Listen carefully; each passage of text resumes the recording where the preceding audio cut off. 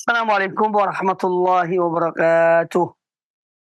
Innal hamdalillah nahmaduhu wa nasta'inuhu wa nastaghfiruh wa na'udzu billahi min shururi anfusina wa min sayyiati a'malina.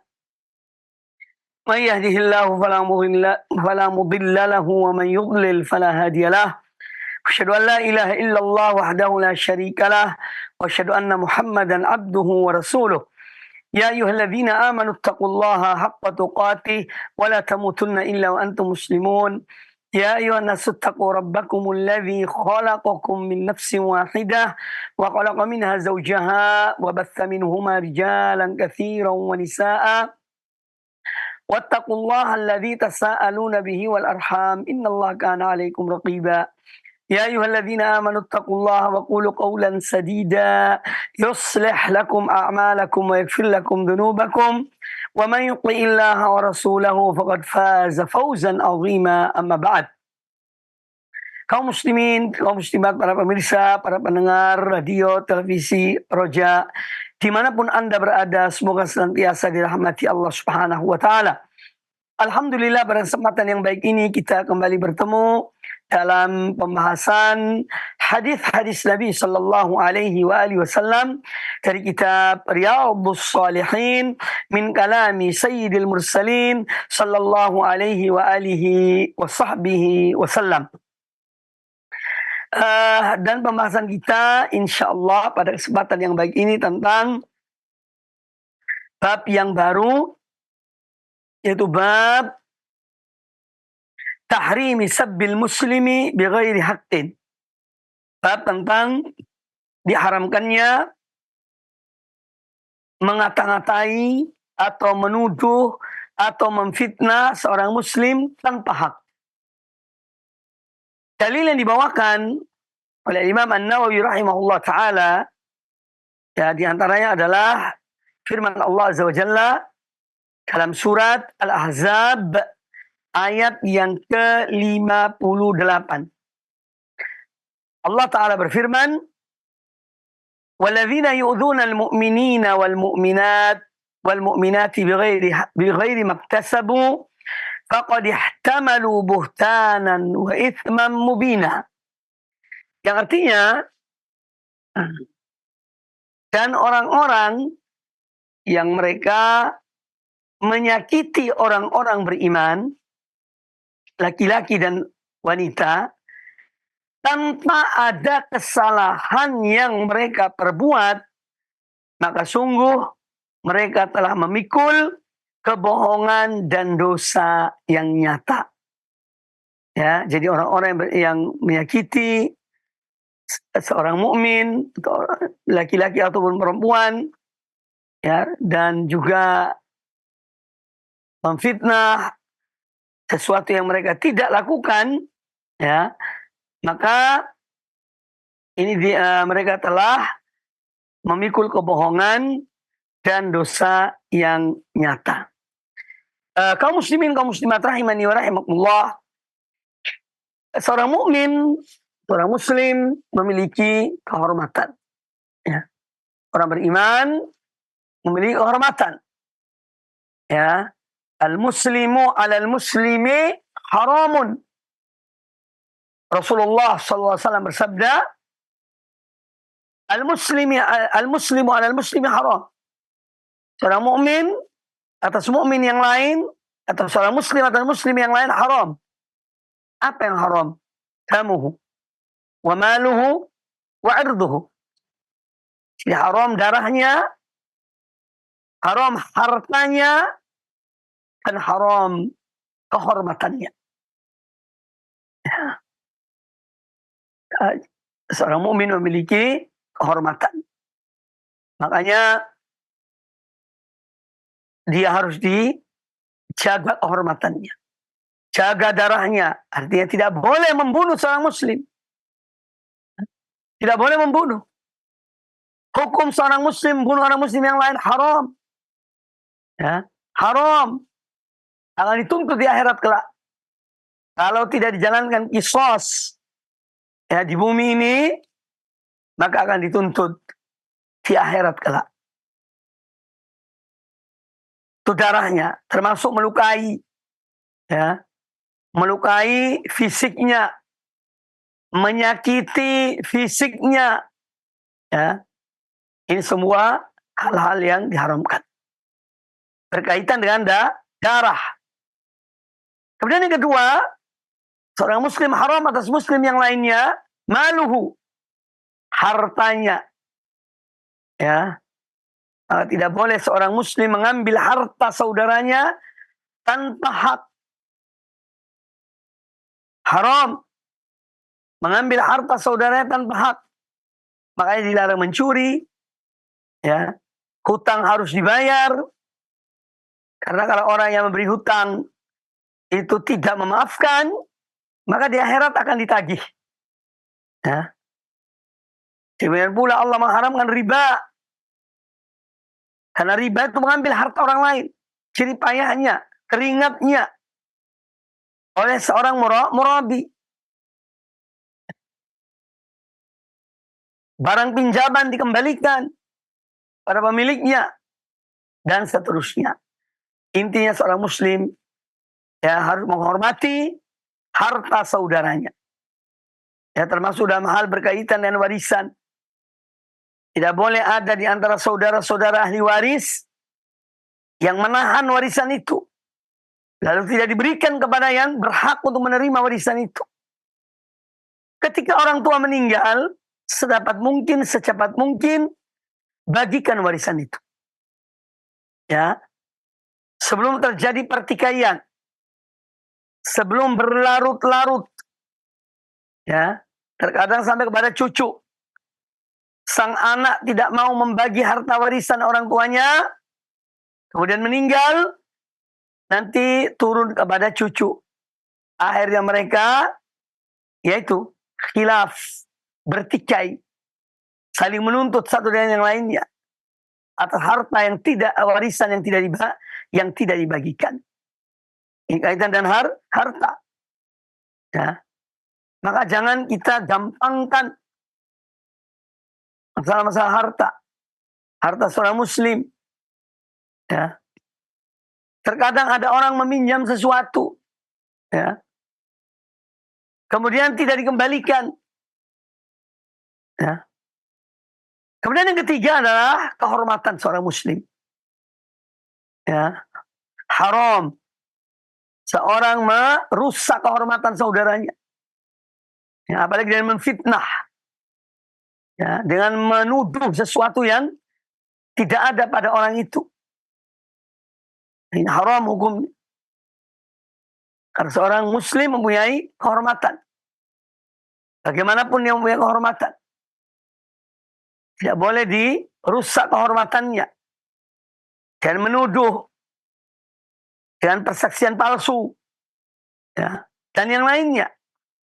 Yang dilakukan oleh seorang terhadap saudaranya. Ya, memfitnah, menggunjing, ya, ghibah, ya, dan yang lainnya. Karena seorang muslim memiliki kehormatan. Makanya Allah melarang ghibah satu dengan yang lainnya. Allah melarang seorang muslim menuduh muslim yang lainnya dengan tuduhan berzina misalnya. Al-qadhaf. Ya, karena ini merusak kehormatan. Kecuali kalau orang yang menuduh itu mendatangkan saksi. Ya, 4 orang saksi yang melihat bahwa si muslim tadi berzina. Ya, ini. Kehormatan seorang muslim harus dilindungi. Harus dijaga. Nah.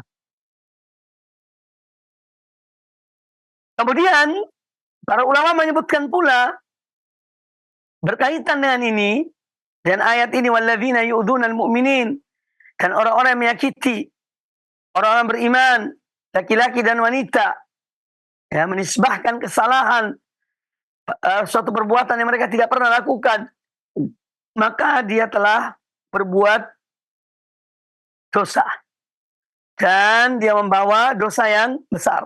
Dia telah membuat satu kebohongan. Termasuk dalam hal ini adalah mereka yang mencaci maki para sahabat-sahabat Nabi sallallahu alaihi wasallam, yang memfitnah, yang menuduh kepada para sahabat.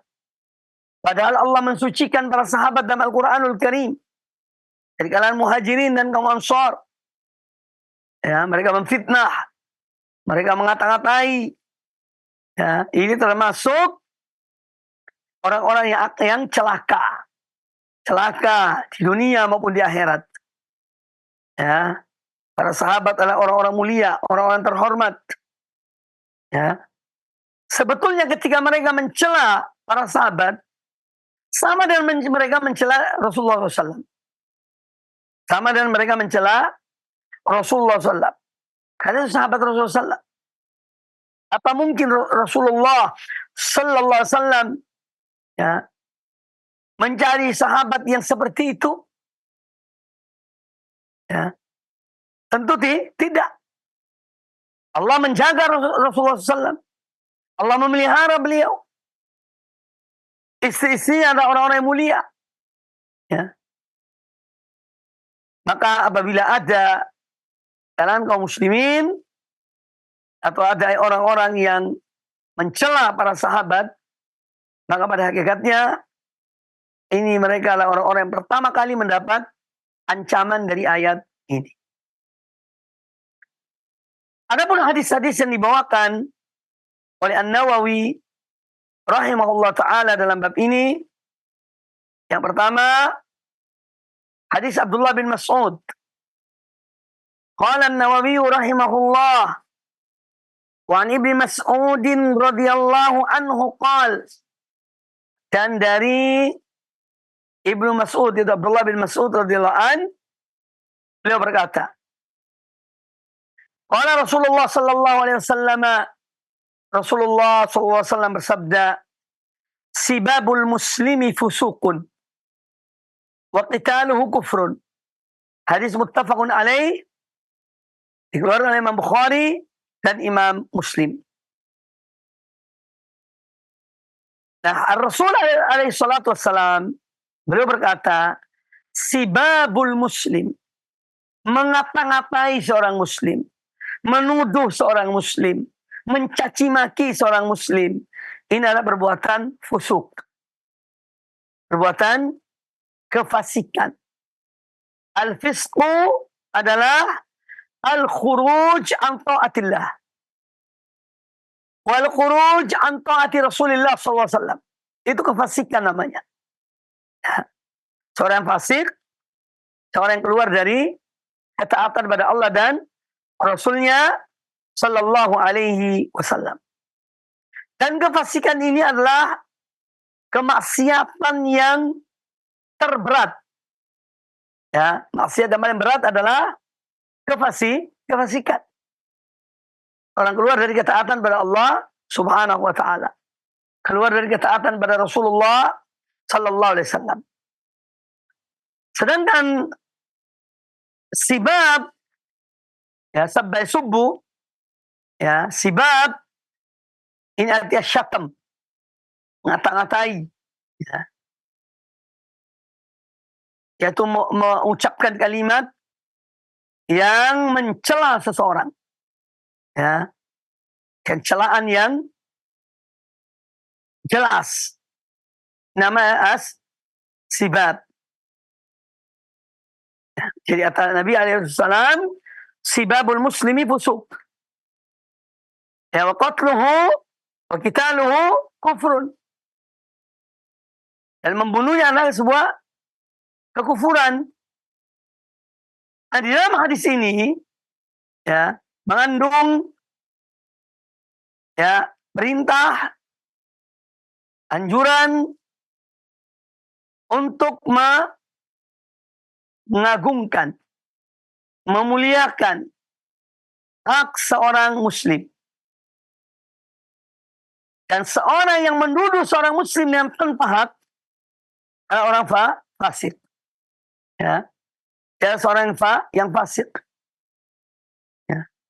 Makanya terkadang seorang dia tidak merasa dirinya kalau dia adalah fasik ketika dia membenci saudaranya, memfitnah saudaranya, Ya, mengata-ngatakan apa yang tidak ada pada saudaranya. Ya, ini termasuk fasik. Waliyadzubillah.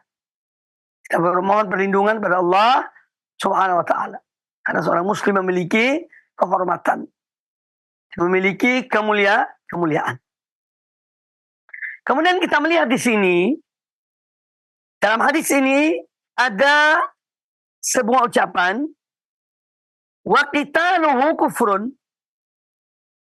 Ya, membunuh ya, atau memerangi seorang muslim ini adalah sebuah kekufuran.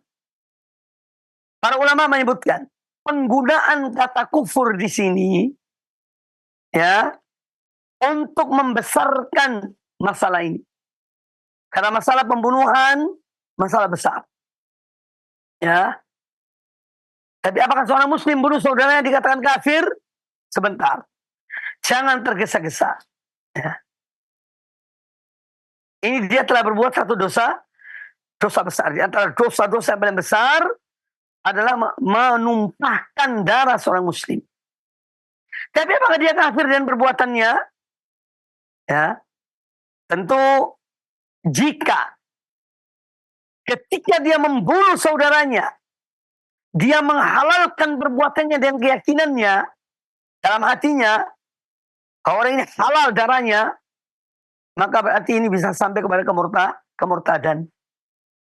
Tetapi kalau dia membunuh karena dendam, dia tetap yakin orang ini orang muslim, dan dia yakin mau perbuatannya perbuatan dosa, apa yang dilakukannya, ya, maka ini tidak sampai kepada kekufuran.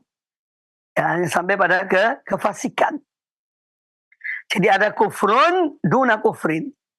Dan ini disebut oleh para ulama. Contohnya Abdullah bin Abbas radhiyallahu taala anhuma. Ya, beliau menjelaskan tentang adanya kufrun duna kufrin.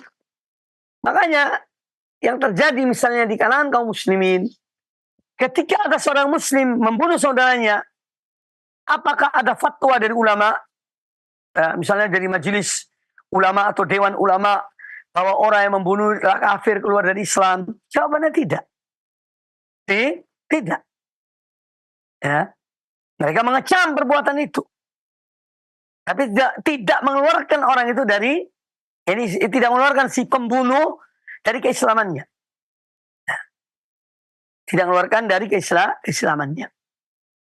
Nah, ini yang harus kita pahami tentang ada perbuatan-perbuatan ya yang dilakukan dalam oleh sebagian kaum muslimin ya, yang perbuatan-perbuatan ini ya sebatas dosa besar tetapi tidak mengeluarkan seorang muslim dari keislamannya, dari keimanannya. Ya. Makanya kita lihat pula dalam Al-Qur'anul Karim, contohnya dalam surah Al-Hujurat, ya. Wa in ta'ifatani minal mu'minina iqtatalu faslihu bainahum. Ya. Kalau ada dua kelompok dari kaum mukminin yang saling berperang, nah di sini kita melihat Allah tetap menyebutkan kaum mukminin. Karena mereka bunuh-bunuhan, saling berperang.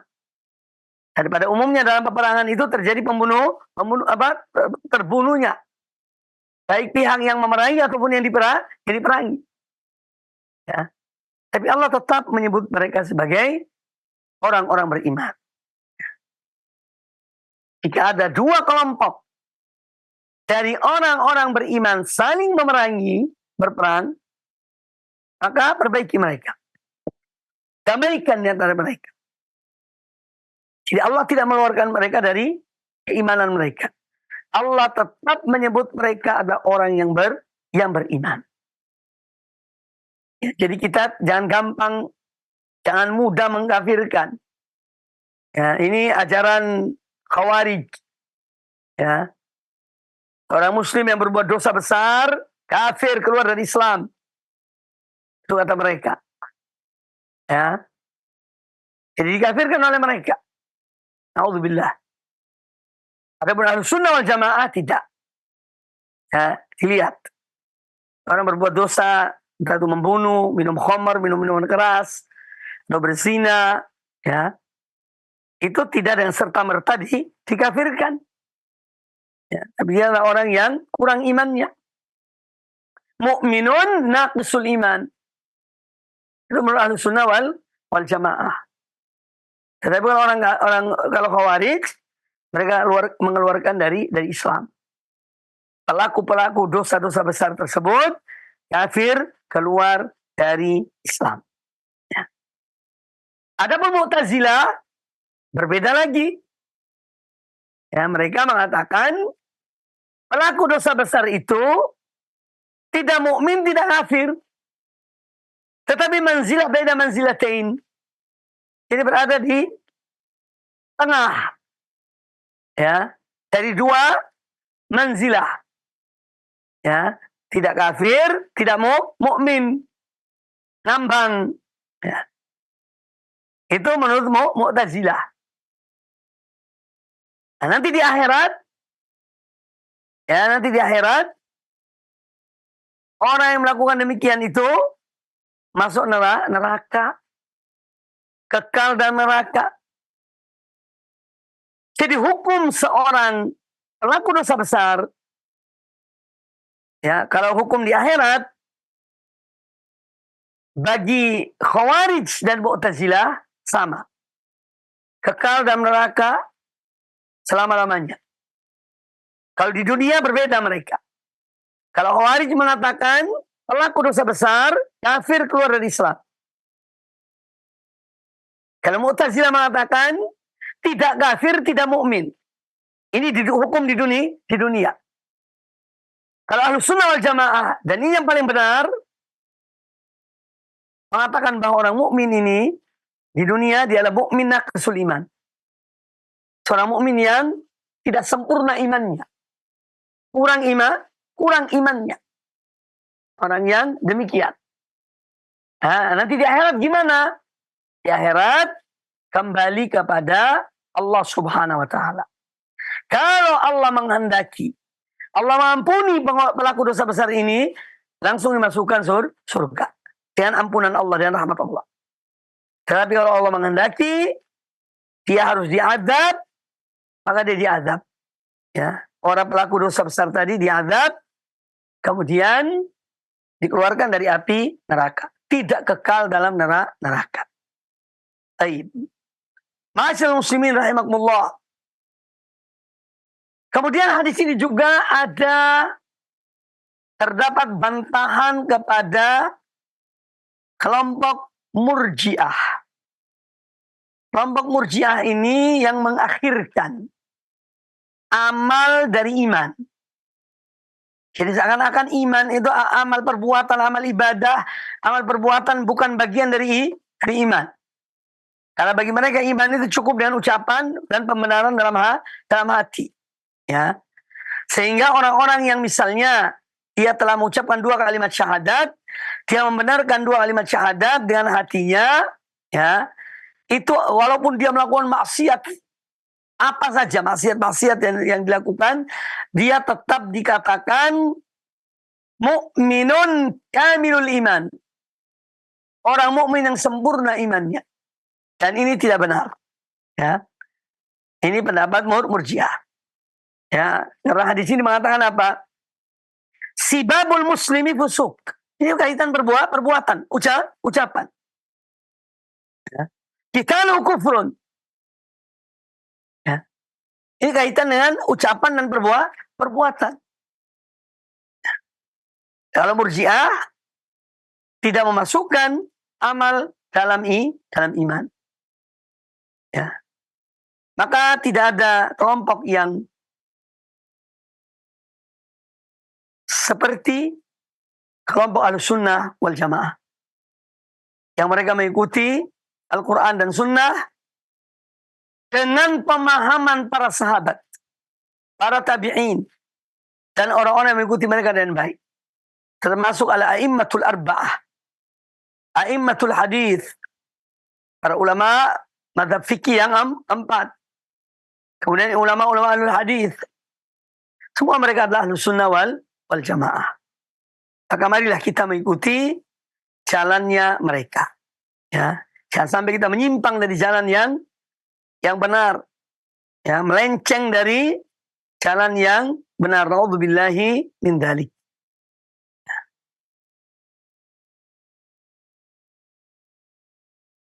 Kemudian hadis yang berikutnya.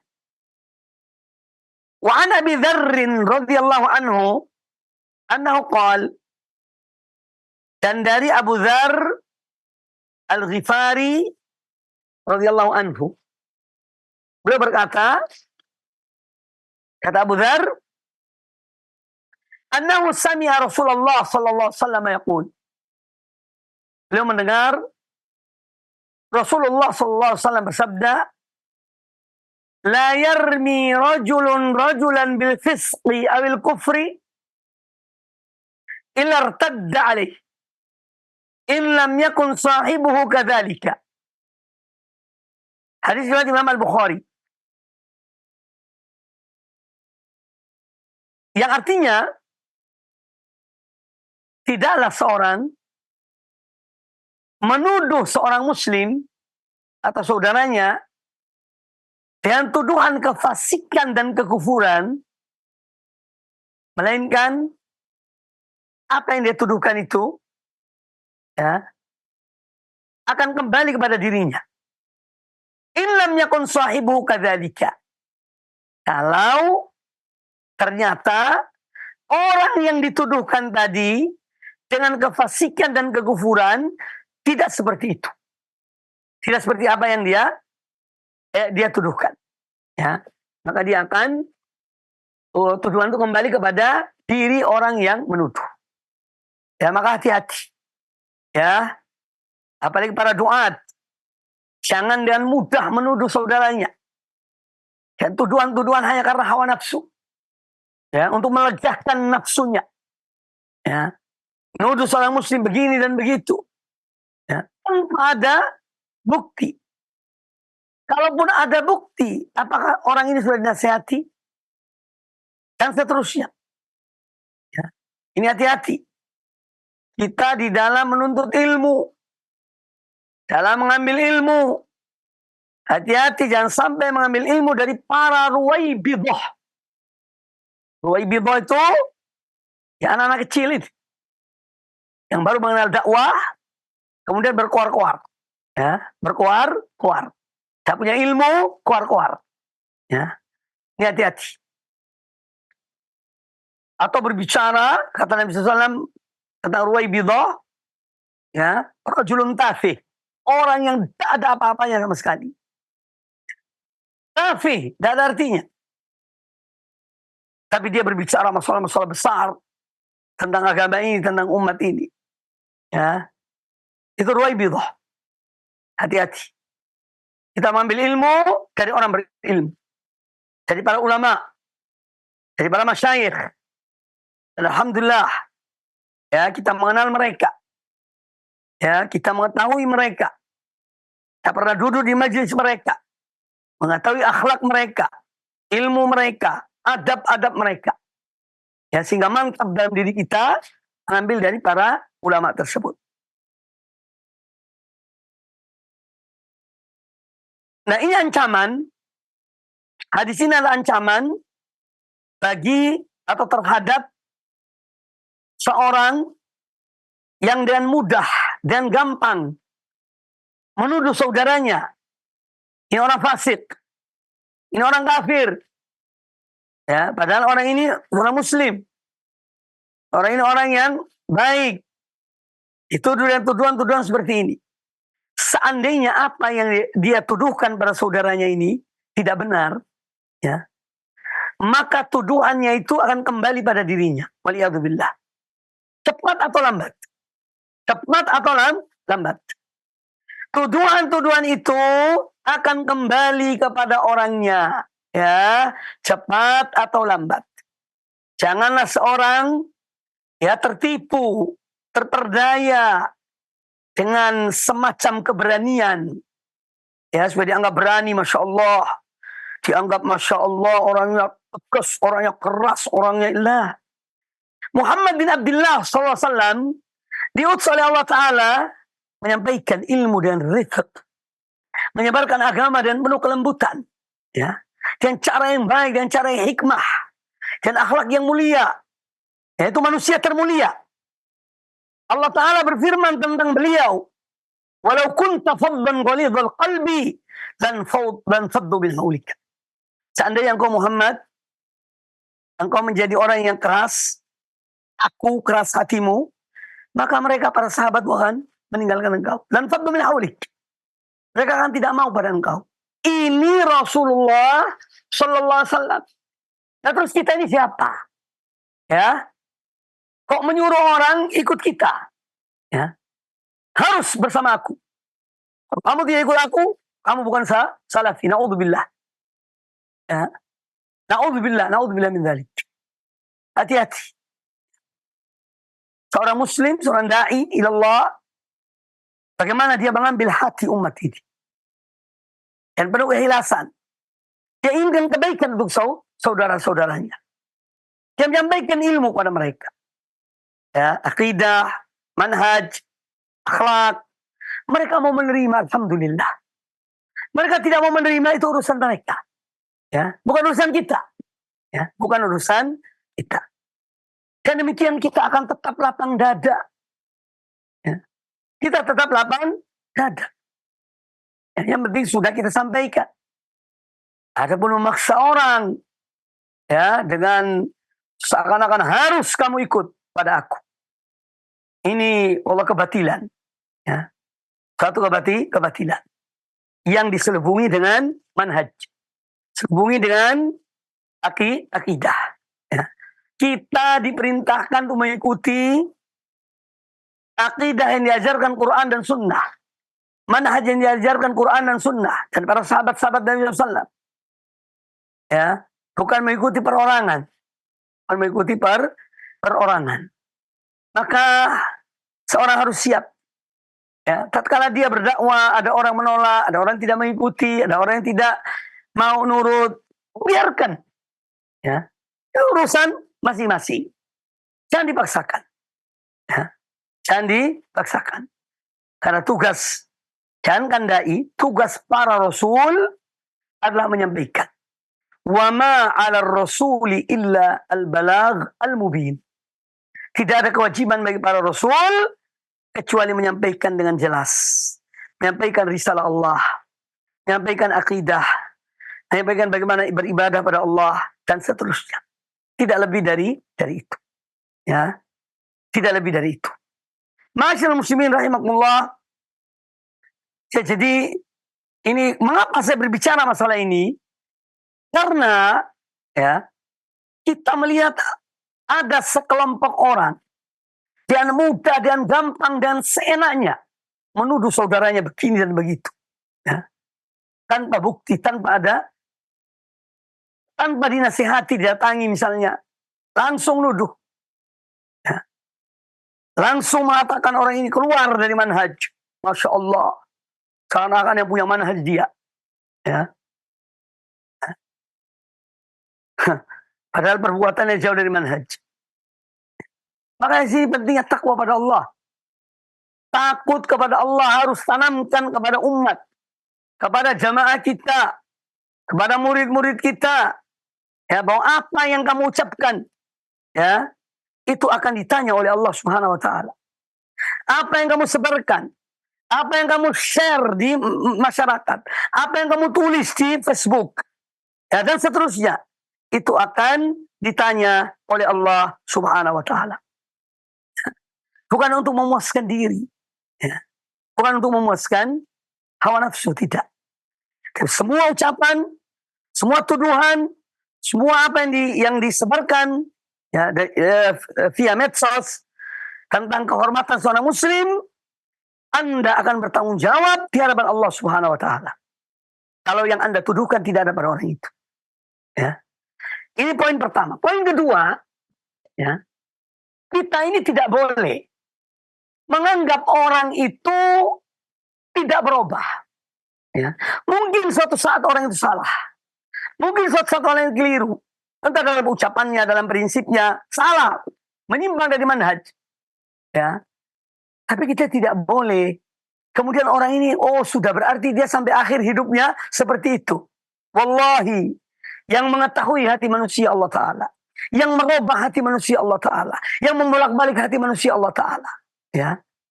Jadi jangan kita ini ya bersikap seperti ya Khawarij.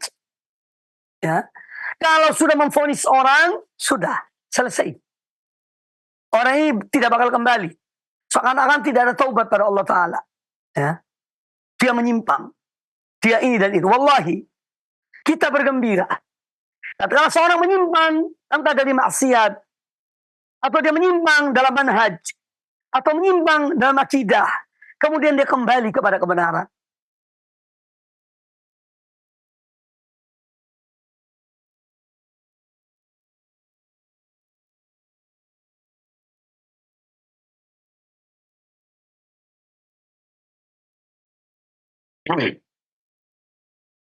Seorang muslim bergembira.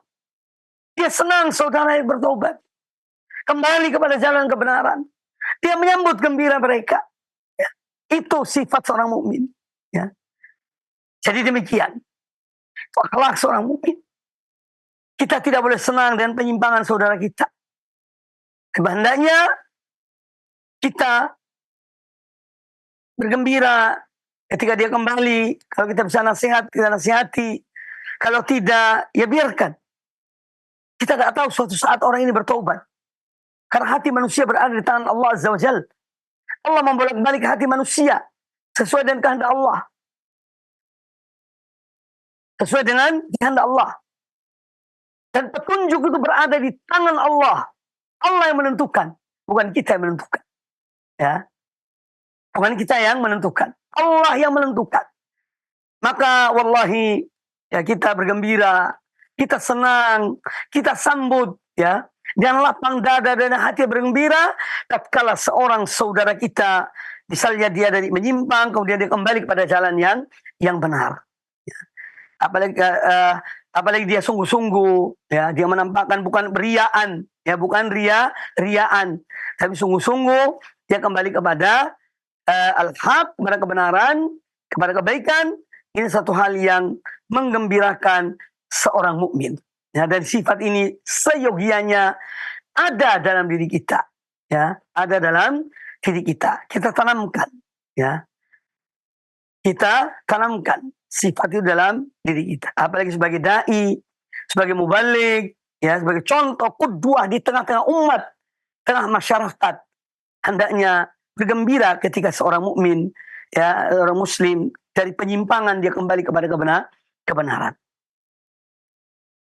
Kemudian hadis yang berikutnya, qala Imam An-Nawawi rahimahullah taala wa an Abi Hurairah radhiyallahu anhu qala anna Rasulullah sallallahu alaihi wasallam qala, dan dari Abu Hurairah radhiyallahu an beliau berkata bahwasanya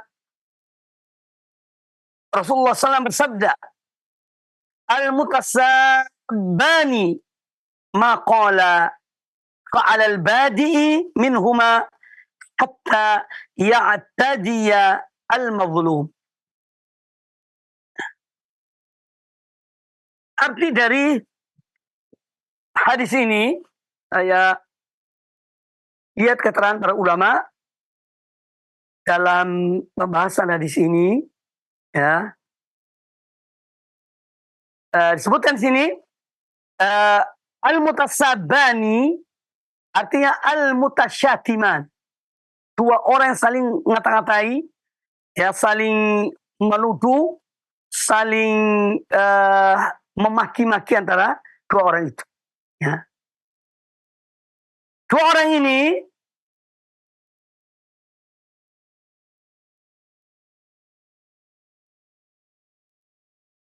masing-masing itu tentu adalah dengan dosa yang ada pada ucapan-ucapan mereka itu.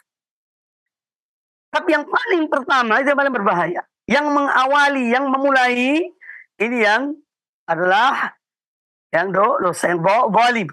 Ya. Karena dia yang pertama memancing sampai terjadi saling mengata-ngatai. Ya, maka dosa yang orang pertama yang memancing, ya, yang untuk orang itu mengata-ngatai, ya, ini adalah sebagai orang yang zalim, ya, orang yang mutaaddi atau mu'tadi, karena dia yang memulai. Ya, maka fa itsmu qaulihima yaqa'u ala al-mubtadi'i. Jadi dosa ucapan mereka, dua-dua orang ini, itu semua tertumpu pada al-mubtadi, pada yang memulai, ya, mencaci maki itu. Wa kana huwa zalim al-mubtadi, dan dia adalah orang yang zalim, yang melampaui batas.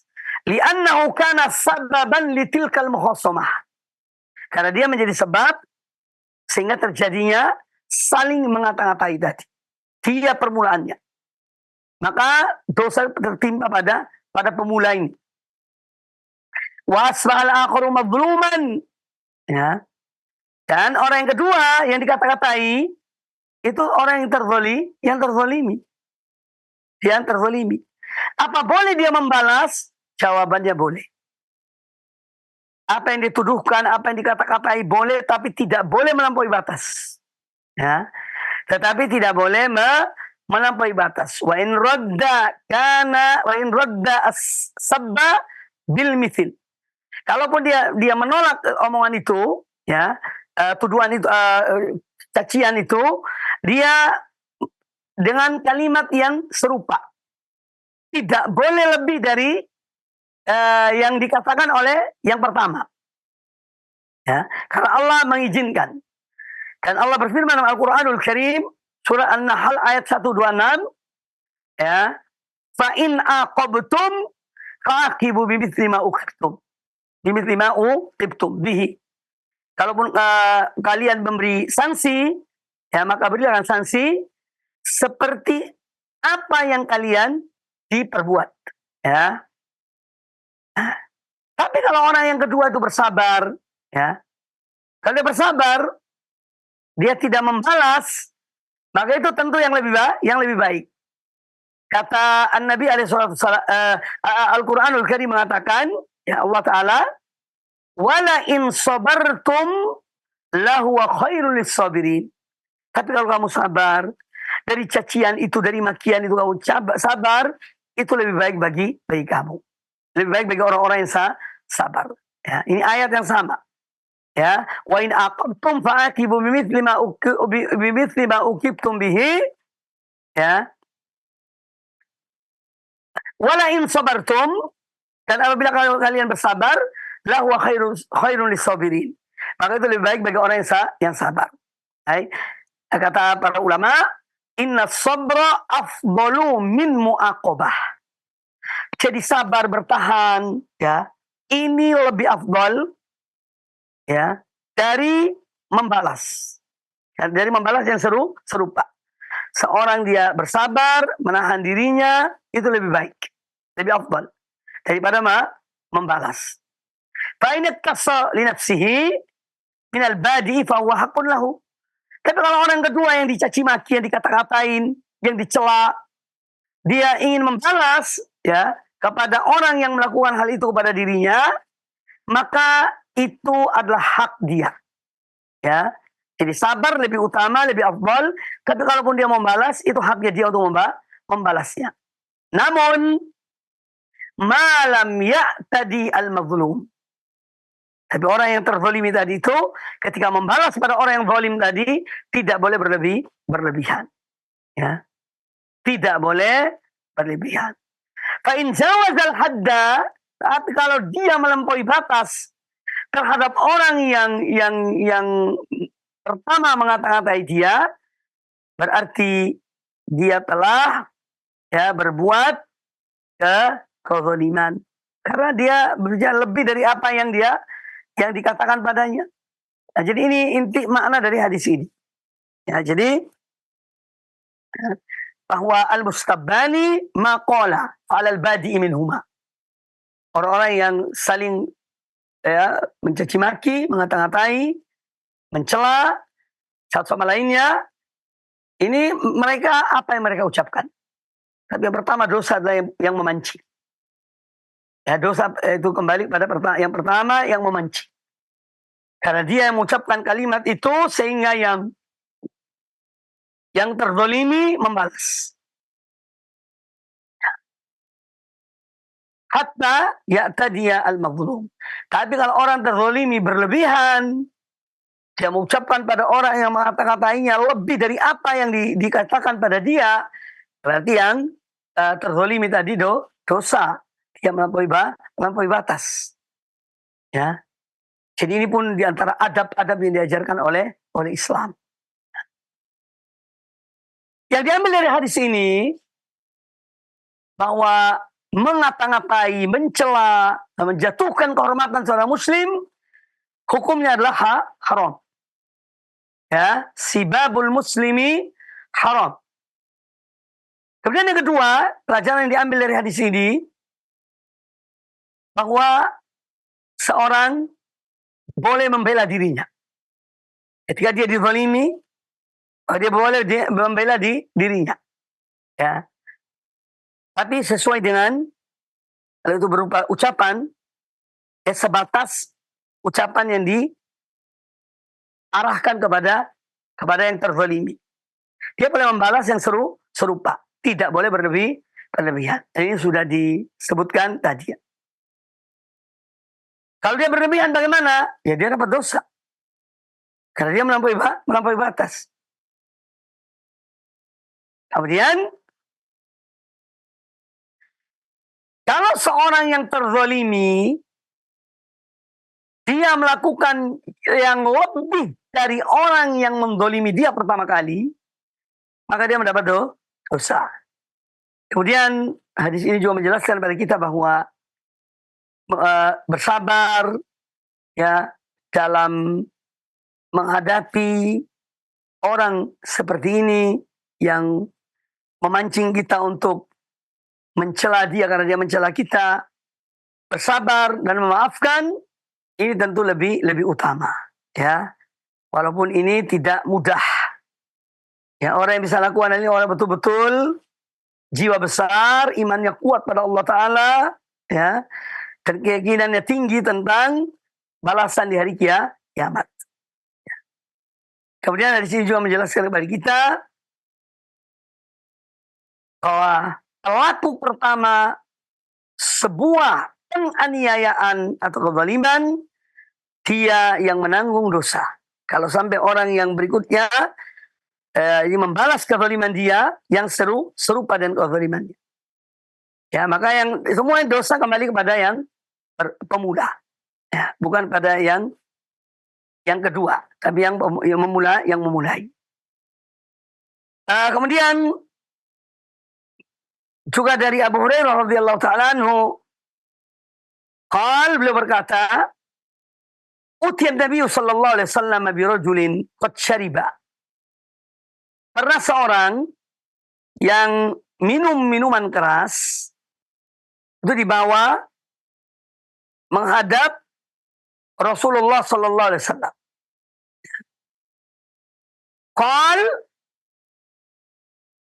ya, kata Nabi alaihi salatu wassalam, idribuhu.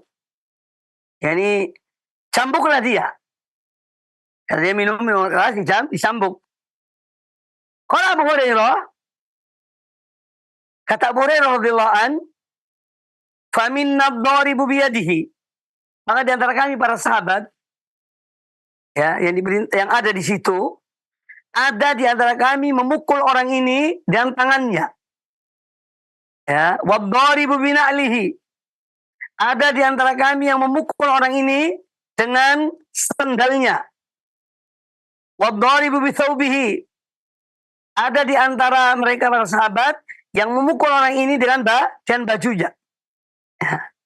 Falamman sarafa, ketika orang ini pergi, orang yang dipukul tadi karena minum khamr, ketika dia pergi, qala ba'dul qaum, ada sebagian orang di situ yang berkata kepada orang yang dipukuli tadi itu, akhzakallah, semoga Allah menghinakanmu.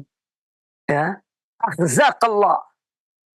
Ya, jadi sudah dipukul, entah dia termasuk yang mukul dengan apa, wallahu a'lam.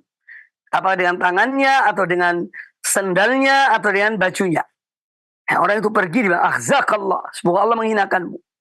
Ucapan ini didengar oleh Rasulullah SAW. Ya, didengar oleh Rasulullah SAW. Maka beliau berkata, la taqulu hakadha. Jangan kamu ucapkan kalimat itu. Ya. Jangan kamu ucapkan kalimat tersebut. La tu'inu alaihi syaitan. Jangan kamu menolong syaitan, ya, atas orang ini. Jadi ucapan itu bisa menolong syaitan, ya, terhadap orang tersebut. Hadis riwayat Imam Al-Bukhari di dalam Sahihnya. Para pemirsa, para pendengar rahimakumullah, hadis ini menjelaskan kepada kita, ya, tentang sebuah kejadian di zaman Rasulullah Sallallahu Alaihi Wasallam, ya, orang yang minum khamr. Ya. Jadi coba kita ambil pelajaran dari hadis-hadis seperti ini. Di zaman manusia termulia, ya, di zaman generasi termulia, ya, zaman Nabi, zaman para sahabat, ada orang berbuat demikian. Bahkan ada yang berzina. Ya. Seorang wanita yang datang kepada Nabi alaihissalam, yang dia dalam keadaan hamil. Kata dia, ya Allah, ya Rasulullah, saya telah membuat satu perbuatan yang harus diputuskan dengan hukum Allah pada aku. Aku hamil karena zina. Kata wanita itu. Nabi SAW mendengar omongan orang itu. Kemudian dia memanggil walinya. Dia memanggil wali wanita ini. Kamu bawa pulang wanita ini, ya diperlakukan dia dengan baik sampai dia melahirkan. Kalau sudah melahirkan, bawa kembali kepada Rasulullah SAW. Ini contoh. Kemudian juga ada Maiz. Pernah berbuat zina. Walaupun tentu hal-hal ini terjadi di zaman itu, salah satu hikmahnya adalah untuk disyariatkan satu hukum. Untuk disyariatkan satu hukum. Supaya umat Islam yang datang berikutnya tahu apa hukuman-hukuman pelaku-pelaku tersebut. Itu hikmahnya. Ya. Tapi coba kita renungkan, di zaman seperti ini, terjadi hal-hal seperti apa yang disebutkan dalam sejumlah riwayat, ya, di zaman Rasulullah Sallallahu Alaihi Wasallam.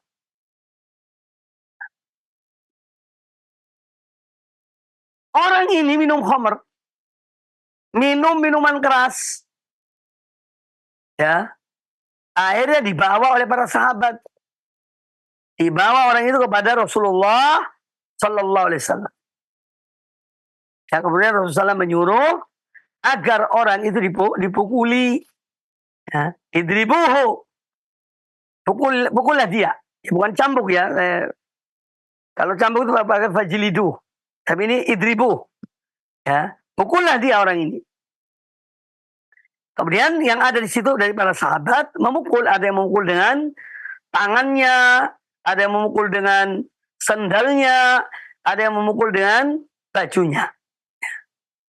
Artinya orang ini sudah mendapat apa? Hukuman fisik sebetulnya. Pertama hukuman fisik. Dan dia dipukuli. Yang kedua hukuman batinnya. Artinya ya paling tidak ada rasa malu. Ya. Kalangan sahabat di depan Rasulullah SAW. Ya. Ini termasuk hukuman juga. Batin ini. Nah, ini sudah cukup sebetulnya. Sudah cukup. Orang ini diberi sanksi Dengan dua hal ini, pertama zahir dan batin, fisik dan non fisik, ya, itu sudah cukup. Terus ada satu yang nambah, yang ditambah lebih dahsyat. Ya, dia mengucapkan pada orang itu, akhzakallah.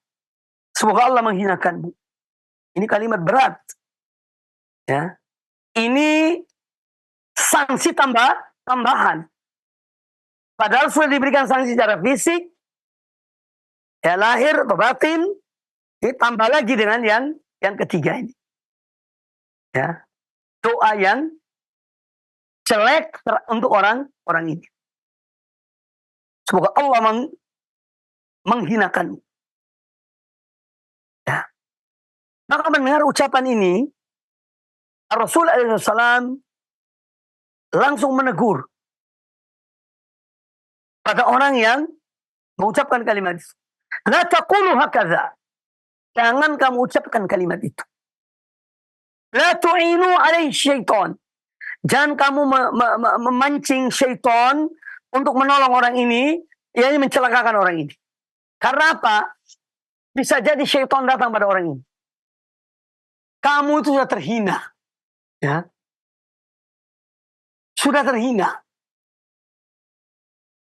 Kamu sudah jauh dari Allah misalnya. Jadi dari bisikan-bisikan syaitan bisa menjadikan orang ini putus asa. Untuk apa aku hidup seperti ini? Ya, aku dipukuli.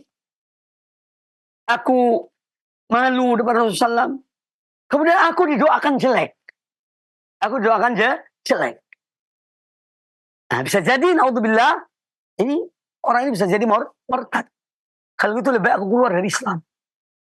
Jadi kalimat ini bisa menolong syaitan untuk mencelakakan orang tersebut. Oleh karena itu Nabi SAW melarang mengucapkan kalimat tersebut. Ya, melarang mengucapkan kalimat tersebut. Adapun pelajaran yang diambil dari hadis ini, ya, ketika Nabi SAW mengatakan la tu'inu alaihi syaitan, itu artinya jangan kamu jadikan syaitan itu, kamu jadikan peluang bagi syaitan untuk keinginannya. Ya. Jangan kalian dari ucapan itu, jangan jadikan peluang bagi syaitan untuk masuk ke dalam orang ini. Bisa menjerumuskan dia kepada kemurtadan atau keluar dari Islam. Ya. Kemudian hadis ini menjelaskan kepada kita tentang bantahan kepada Khawarij yang mengatakan pelaku dosa besar itu kafir. Ya. Karena minum khamar termasuk dosa besar. Kata Rasulullah dalam hukumnya pada orang ini, dalam putusan beliau, dan putusan sanksi fisik yang diberikan kepada orang ini. Rasulullah tidak mengatakan orang ini kafir, keluar dari Islam. Ya. Jadi kejadian ini sebagai bukti bahwa pelaku dosa besar tidak keluar dari Islam.